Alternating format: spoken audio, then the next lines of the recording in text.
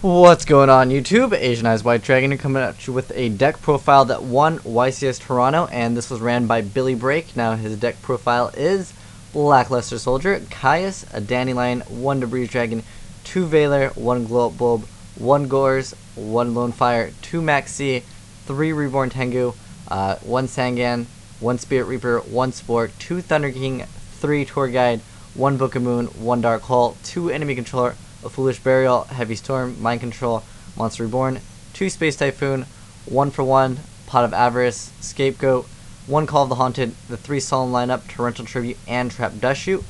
His side deck was 2 Cyber Dragon, 2 DD Crow, 2 Leeching the Light, 1 MST, 2 Bottomless, 1 Chain Disappearance, 1 Debunk, 1 Dust Tornado, 2 Mind Crush, and 1 Chimeritic Fortress Dragon. And then for extra deck, 1 Catastor, 1 Ancient Fairy Dragon, 1 Armory Arm, 1 Black Rose, 1 Bryanak, 1 Formula, 1 Orient, 1 Scrap Dragon, 1 Stardust Dragon, 1 Librarian, 1 Trishula, 1 Levier, 1 number 17, 1 Utopia, and 1 Roach. So this is his deck profile, and then I'll talk about some of the reasons why I personally think he ran some of the cards he did.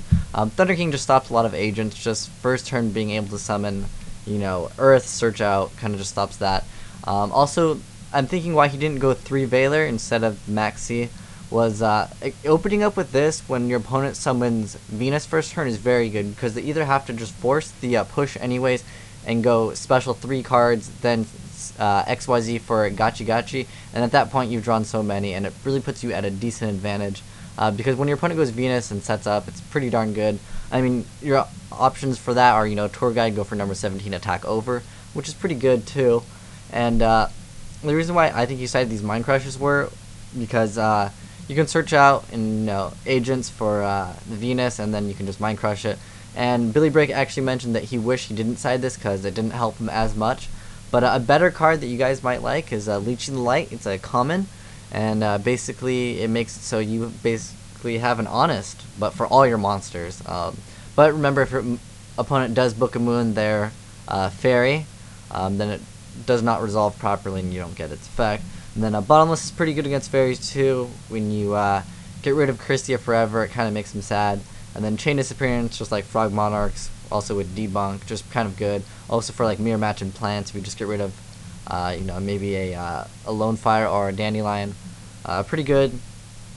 And then his reason for Spirit Reaper was against agents, because agents can have a hard time getting around it, because monsters that can't be destroyed by battle, a little bit difficult until they really get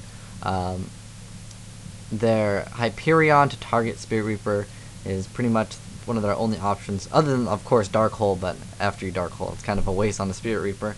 But I mean, if you need to do it, pretty good. But congratulations to Billy Break for his top, and I hope you guys maybe have some fun with his deck. Scapegoat was something that he added in, and he really liked it, and it's pretty good, especially with Scrap Dragon.